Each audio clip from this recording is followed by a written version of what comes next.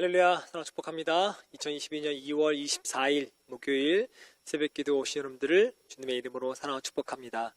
기도하고 새벽 시간 거룩하게 구별해서 하나님께 올려드렸으면 좋겠습니다. 기도하겠습니다. 여호와 우리 주여, 주의 이름이 온 땅에 어찌 그리 아름다운 주요, 주의 영광이 하늘을 덮었나이다. 아멘. 사랑과 은혜가 많으신 하나님, 참으로 확진자가 날로 많아지고 있습니다. 너무나 겁나고 두렵고 정말로 턱 밑끝까지 찾아온 느낌입니다. 하나님, 그럼에도 불구하고 하나님께서 우리 약대교회 모든 성도님들을 지켜주시옵소서. 단 한 명도 확진자 되지 않을 수 있도록 하나님께서 지키시고 인도하시고 보호하여 주시옵소서. 사랑하는 자녀들마저도 지켜주시고, 특별히 우리 어린 친구들, 또 유치원에서 어린이집에서 많이 확진 걸리고 되고 있는데, 그 모든 과정 가운데서도 하나님 함께 하셔서 정말로 우리 모든 우리 아이들이 하나님의 돌보심으로 건강하게 하루하루 보낼 수 있도록 은혜와 원총을 더하여 주시옵소서. 새벽 가운데 주님, 우리의 마음 가운데 찾아오실 줄 믿습니다. 마음의 답답한 문제, 또 기도 해결 받을 수 있는 문제들, 하나님 놓고 기도할 때마다 응답받는 놀라운 시간 될 수 있도록 은혜 더하여 주시옵소서. 감사드리며 거룩하신 예수님의 이름으로 간절히 기도합니다.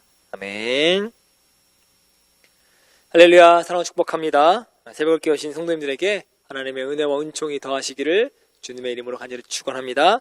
오늘은 시편 77편 1절에서 20절 말씀으로 여러분과 함께 은혜를 나누고자 합니다. 시편 77편 묵상하면서 이런 걸 느꼈습니다. 바로 우리 이야기다라고 하는 거죠. 우리가 지지고 볶고 살아가고 있는 그 일상 속에서 아주 쉽게 체험할 수 있다라고 하는 것. 우리가요, 특별히 죄를 지은 것도 아닙니다. 하나님의 영광을 가리기 위해서 말도 조심했고요, 우리는 행동도 조심합니다. 그 일거수일투족을 다 주의하면서 살아갑니다. 근데 꼭 고난이 옆에, 고통이 내 곁에 있다라고 하는 거죠. 그런 고난과 고통과 암흑, 각종 질병, 사고, 경제적인 고통, 심지어 이 사람과의 관계에 어려움에 처하는 것이 바로 우리 일상 아니겠습니까? 이럴 때 혹시 내가 모르는 죄를 지은 것이 없나 라고 생각해서 회개하기도 합니다. 밥을 굶어가며 금식도 하고 경건한 삶을 살아가기도 하죠. 시간 날 때마다, 시간을 내어서 우리는 기도합니다. 하나님 앞에 나아갑니다. 근데 오늘 시편 77편의 시인도 현재 매우 어려운 고난과 환난을 경험하고 있는 것 같아요. 말로 표현할 수 없는 고통으로 하나님께 밤새 기도합니다. 근데 그 하나님이 응답하시지 않으시는 거예요. 두 손 들고 기도해도 하나님이 응답하시지 않는 겁니다. 시인이 이 절망 가운데 빠져 있습니다. 3절을 보면 내가 하나님을 생각하고 불안하여 근심하니 내 심령이 상하도다 라고 말씀합니다.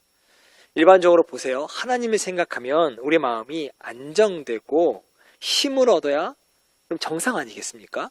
하나님을 생각하는데, 창조주 하나님을 생각하는데, 근데 시인은 그렇지 않다는 거예요. 하나님을 생각했더니 근심함이 더 있다는 거예요. 심령의 상함이 더 있다라고 이야기합니다.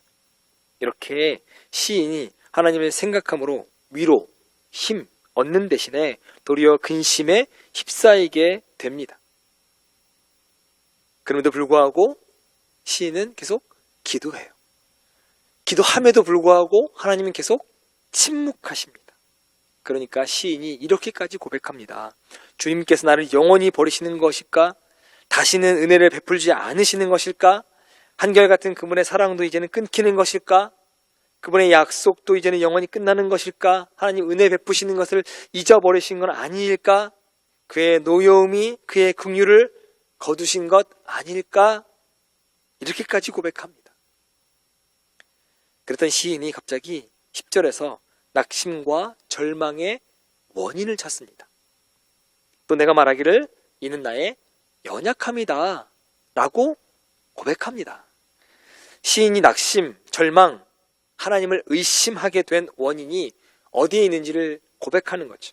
즉 자신에게 있다는 거예요. 자신의 연약함에 있다는 겁니다. 자신의 영적 연약함이 그 원인이다라고 이야기하는 거죠. 신앙적 연약함을 말하고 있는 겁니다. 시인 자신이 연약하다라고 하는 것, 즉 신앙이 마치 죽은 것 같이 아주 매우 연약한 상태에 있다라고 하는 걸 고백하는 것이죠. 실제로 시인은 이 극심한 고난에 처해 하나님께 거듭 기도하였음에도 불구하고 하나님의 응답이 없자 그 신앙이 약화되고 마침내 죽은 것 같이 되고, 그러니까 하나님을 의심하게 되는 지경에까지 이르게 된 거죠. 우리가 낙심하며 절망에 빠지는 것, 바로 우리 자신의 연약함이 원인이다 라고 하는 겁니다. 즉 우리의 신앙의 문제는 외부에 있는 게 아니라 바로 내 자신에게 있다는 거죠. 우리가 낙심과 절망 가운데 놓이게 되면 그 원인을 외부에서 찾으려고 하는 경향이 너무나 많습니다. 어떤 사람은 자기 앞에 놓인 문제가 커서, 내 힘으로 안 돼서, 도저히 극복하기 어려워서, 큰 문제라서 낙심하고 절망합니다. 또 어떤 사람은요, 하나님이 도우시지 않기 때문이라고 낙심하고 절망하고 하나님을 떠납니다.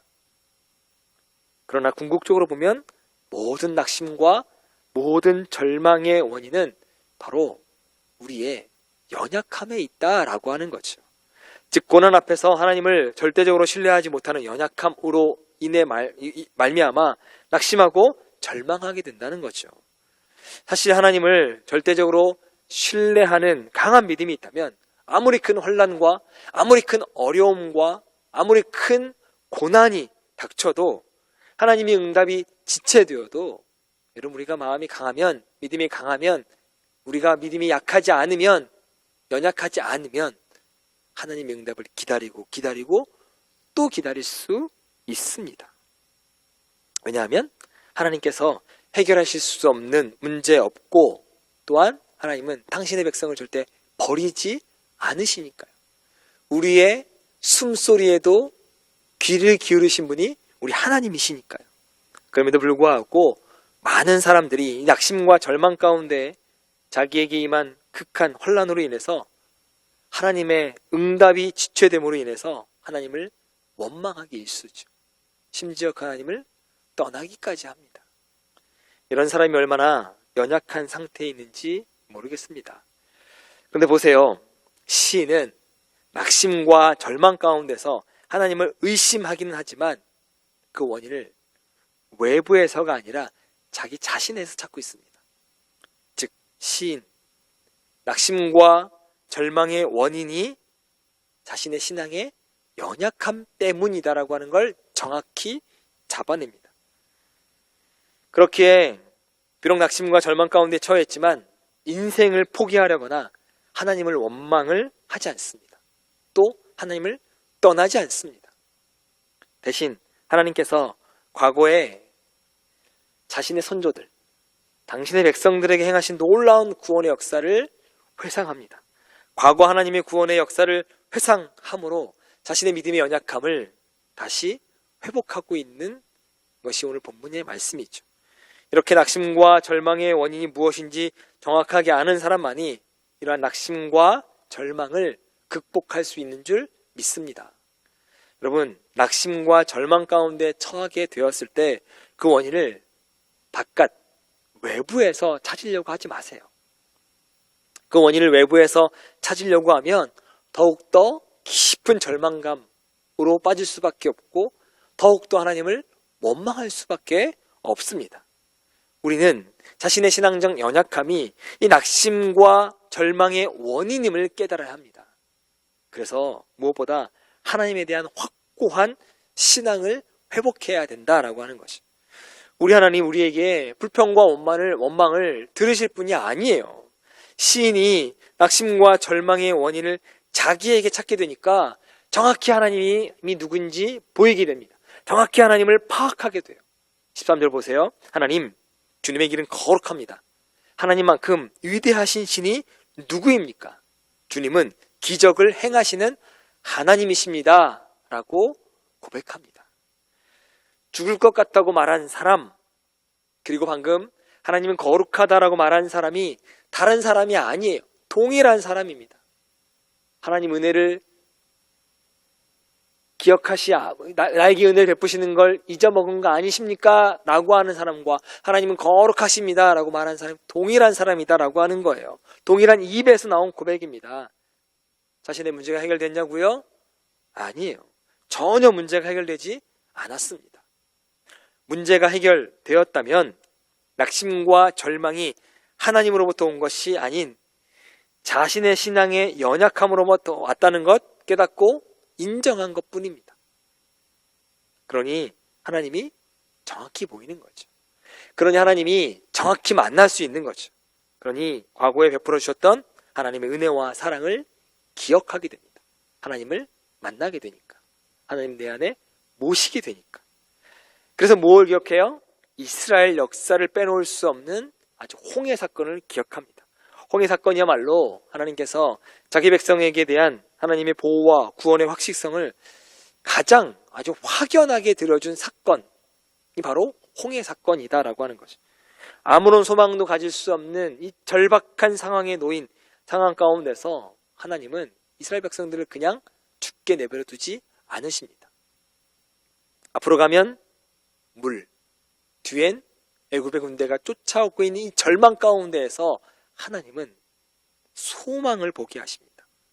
홍해를 가르시고 그 땅을 마른 땅처럼 지나가게 하시고 자신을 죽이려고 쫓아오던 애굽의 병사들을 물 가운데에 수장시켜 버리시는 것이 바로 우리 하나님이시죠. 절망을 소망으로 바꾸시는 분, 슬픔을 기쁨으로 바꾸시는 분, 바로 우리 하나님인 줄 믿습니다. 시인이 홍해 사건을 회상함으로 다시금 믿음을 회복하고 용기를 얻게 된 것이죠.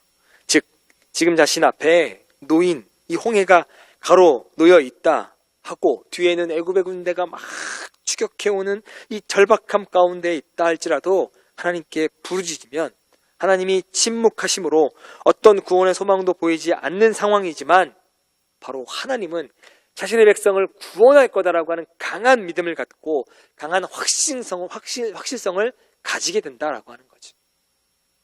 여러분, 우리 인생 살면서 여러 위기 만나게 됩니다.